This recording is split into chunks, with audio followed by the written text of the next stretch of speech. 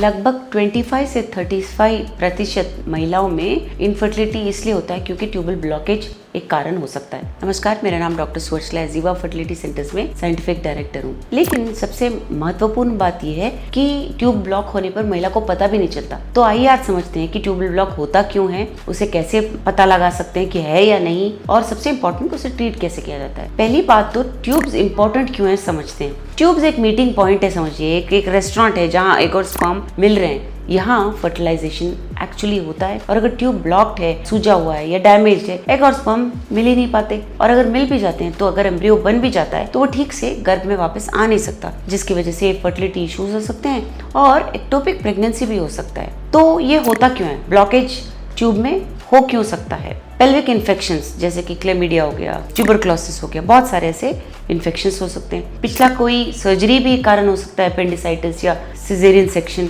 Endometriosis एक कारण है। हाइड्रोसैल्पिंग्स जिसमें ट्यूब में पानी भर जाता है और स्वेलिंग हो जाता है, वो भी एक कारण हो सकता है।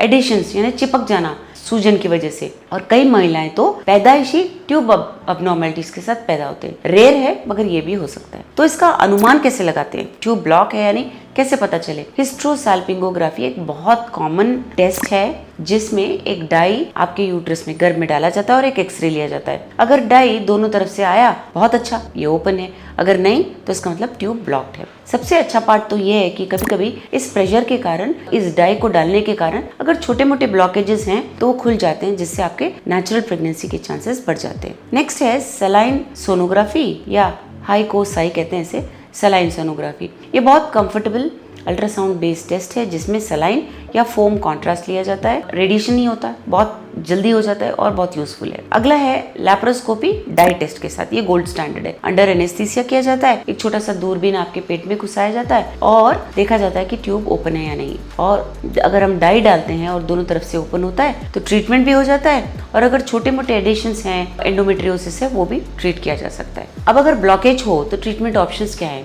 इनको दो भाग में डिवाइड करते हैं। माइनर ब्लॉकेजेस छोटे मोटे, या बहुत मेजर हो तो। अगर माइनर हो तो हिस्ट्रोसैल्पिंगोग्राफी या सलाइन सोनोग्राफी करें तो भी काफी है। इन्फेक्शंस अगर हो तो ट्रीट करना, एंटीबायोटिक्स से ठीक होना, या अगर छोटे एडिशंस हो तो लैप्रोस्कोपी से निकाल देना। बहुत सारे महिलाओं में इन प्रोसीजर से ट्यूबल फंक्शन फिर से चालू हो जाता है। हाइड्रोसैल्पिंग्स अगर हो तो इससे आईवीएफ के सक्सेस रेट बहुत कम होते हैं, क्योंकि जो फ्लूइड है, जो मैंने आपको बताया सूजन है, वो अगर वापस यूट्रस में फ्लो हो रहा है तो उससे टॉक्सिसिटी बढ़ के एम्ब्रियो का चिपकने के चांसेस कम होते हैं। ट्रीटमेंट ऑप्शंस में लैप्रोस्कोपी से ट्यूब को निकाल देना, या अगर ब्लॉकेज है उसके नीचे उसको बांध देना, ये सारे ऑप्शंस भी होते हैं जिससे आईवीएफ के सक्सेस रेट को बढ़ाने की कोशिश की जाती है। लेकिन अगर बहुत ज्यादा ब्लॉकेज हो, बहुत सीवियर हो, डैमेज ट्यूब्स हो, तो क्या करना चाहिए। कभी कभी सर्जरी की वजह से ये डैमेज ट्यूब्स ठीक नहीं हो सकते हैं, तो आईवीएफ बेस्ट ऑप्शन है। आईवीएफ ट्यूब्स को बाईपास करता है, ट्यूब्स की जरूरत नहीं पड़ती है। अंडों को बाहर निकाला जाता है, लैब में फर्टिलाइज किया जाता है और उस एम्ब्रियो को यूट्रस में डाला जाता है।